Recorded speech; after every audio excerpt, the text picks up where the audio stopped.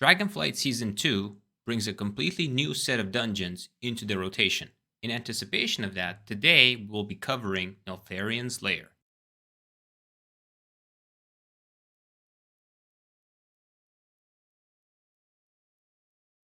In Season 2 of WoW Dragonflight, they will most likely replace the current non-Dragonflight dungeon portals from Valdrakken with their Season 2 equivalent. For both Horde and Alliance, in order to get to Neltharion's Lair, teleport to Dalaran or Hearthstone to Dalaran.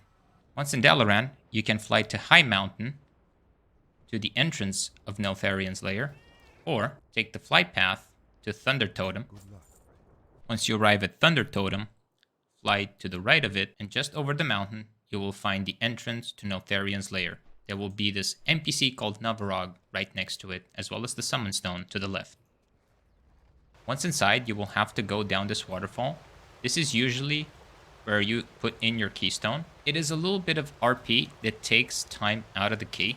However, they cannot do much about it because once you're down, the only way up is through a Hearthstone. So if you need to walk out, summon somebody, or do anything, repair, etc., it's almost impossible. Once you start the dungeon and you go down the waterfall, you will land in water, and the first set of trash that you will counter are these small crawlers and the Scorpion. The Scorpion melees the tank and occasionally does an impaling shard, and the crawlers explode upon death and leave a massive green puddle that does nature damage over time. You will see the sim mechanic happening on the first boss, Rokmora. The Rotback Gnashers are these mobs that are hanging out on the outskirts in the water. They are very good for count, so many groups actually pull them. The trash in this part of the dungeon do not have a whole lot of abilities. This was something very unique to Legion in the fact that trash did not have an incredible amount of mechanics, just enough to make it challenging.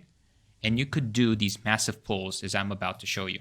A typical pull before the first boss is to get every single mob in this area, stack them all up, and DPS them down. The dredges will throw different objects at you, and when you pull one, all three of them will come. And the big crystal elementals function the same way as the crystal elementals from Azure Vaults. They will cast this knockback as well as these piercing shards, which is a massive frontal. Make sure you don't face them towards any of your party members. You will also have two lurkers, which will burrow, and then they will come back up and they will cast a frontal breath. Most of the trash here, they have all sorts of frontals, which means it's very easy for somebody to miss positions to get one shot, but it's also very easy for tanks to position the mobs properly. Once you've dealt with this trash, jump down into the water, avoid using any water walking abilities or you will get one shot. The sooner you trigger this RP, the sooner the boss is going to spawn. Typically what you want to do is as the mobs get lower, you will want your healer to come down here and trigger the RP. On the first boss in Neltharion's Lair, Rokmora, when it does this ability that makes the whole ground purple, make sure you do not move. Every single time you move, you will receive a lot of damage. Most of the damage in this fight is nature. Razor Shards is a frontal that the boss is going to cast on the tank. Make sure that you face it away from the rest of your team, similarly to how you did with the elemental upstairs. As the boss receives more and more damage, it will spawn skitters, will be one shot by the shatter, and they will inflict extra damage, as well as leave a puddle that if you stand in, you will take nature damage. The AoE damage from the boss will be reduced based on how many spiders are up and their health percentage. Preferably, you will get them extremely low or you will finish them off before it casts the AoE. If the small mobs are too healthy and the boss gets off a cast with them alive, most likely it will be a one-shot. Rinse and repeat, and the boss will be defeated. Once you deal with Rokmora, on the way to the second boss, Ularog, take the barrels. This is a big room where you will find a bunch of different mobs, pretty much doing very annoying abilities that hit very, very hard, and they scale extremely, extremely well with Fortified. Most of these mobs, especially when they drop into Raging and Fortified, can very easily one-shot. The most annoying thing about all of the mobs here is the fact that they do not have casts. Instead, what they do is they throw rocks, and the range on them throwing rocks is pretty large. There isn't a whole lot of places where you can do line of sight. Watch out for drummers. Once you pull them, they will run to one of the drums and they will start beating on it. They will spawn additional mobs. Having 2, 3, potentially even 4 extra breakers is most likely going to cause a wipe. Can also be safe by defeating the drums or CCing the drummers. Pelter will cast this ability called Jagged Disc. The breakers will do a lot of damage to the tank and you will need to use active mitigation. They will also cast this ability called Avalanche, which is a frontal. Pet will cast a Stone Gaze, the Gnasher. It will stun you. The Shapers will have a cast and the Big Holes will cast the frontal. Make sure you face it away. In the room before the second boss, there are a bunch of mobs, all with different types of abilities that are pretty annoying. The Shapers spam Stone Bolt. Shapers will also cast Petrifying Totem. While the totem is up, you will get stunned after 10 seconds and you will take Pulsing Nature AoE damage. And probably the most annoying mob of them all, the Geode, casting this ability called Scorch, which you can only interrupt if you stun, which is going to do large patches of fire AoE damage all over the room. Almost any one of these abilities can easily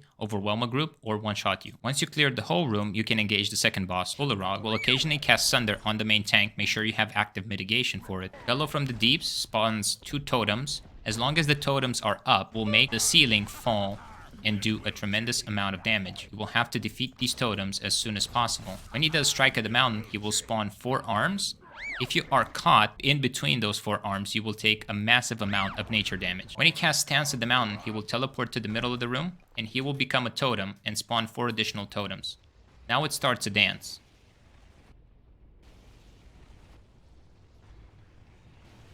After they move several times, they will get these health bars and you will need to defeat them in order to trigger out the boss. For as long as these totems are alive, you will take a massive amount of physical damage from all of this debris falling from the sky. Get it wrong and you will have to deal with several totems. Get it right and you will immediately be out of that phase and fighting the boss again. On the trash before the third boss in Neltharion's Lair, Naraxis, the first pack on the right you can skip by simply hugging the wall to the left. If someone does accidentally ninja pull it, the Shapers will cast their Stone Bolts, the Pelters will spam their Jagged Discs, the Breakers will cast their Avalanche, which is a frontal, the Shapers will also summon the totems, the Petrifying Totems, which needs to be defeated instantly. Once you enter the room of the third boss, you will face Lurkers like you did before the first boss, and this new mob, the Grubmaster, will do this hit on the tank, and it will also spawn a maggot. This maggot will start casting an uninterruptible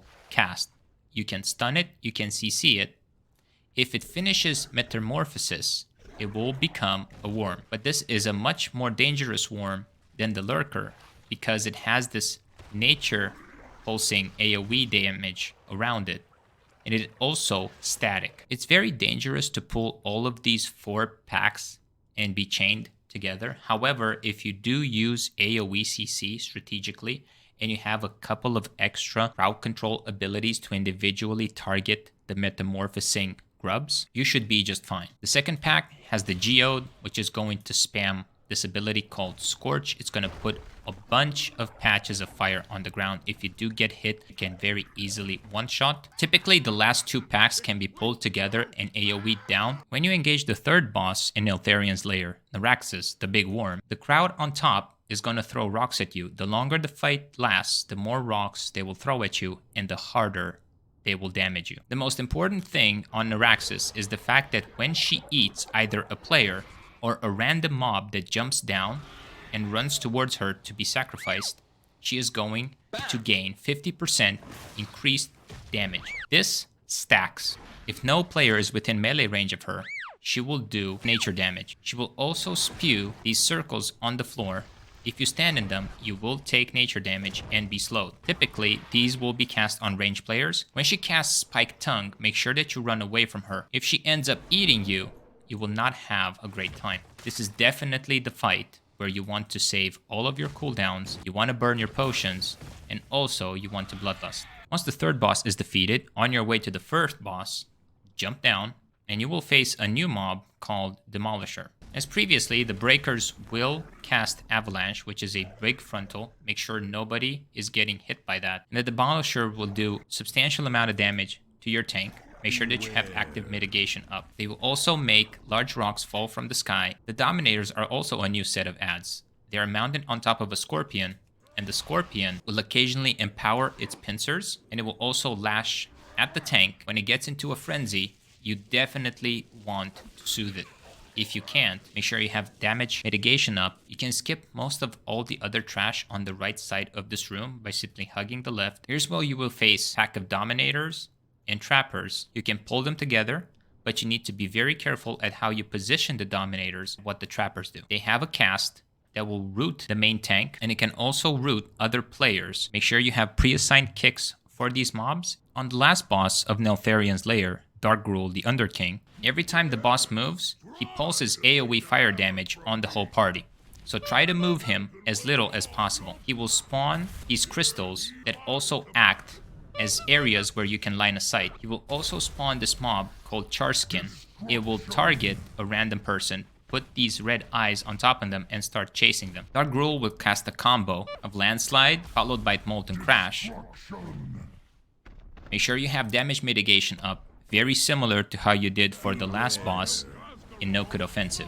If you point Landslide towards one of the crystals, the crystal would get one shot. When he casts Magma Wave, make sure you line of sight. Every single tick that you take from the hammer is going to do a tremendous amount of fire damage to everybody in the party that is within line of sight. If you take any damage, you will also leave a large patch of molten lava on the floor. If you have no crystals up, when he casts Molten Crash, it most likely is a wipe. If you enjoyed this one, give it a thumbs up, subscribe to the channel, and check out some of the other videos where we break down the current Season 1 dungeons as well as the upcoming Season 2 dungeons to get you ready to time those keys. And I'll see you in the next video.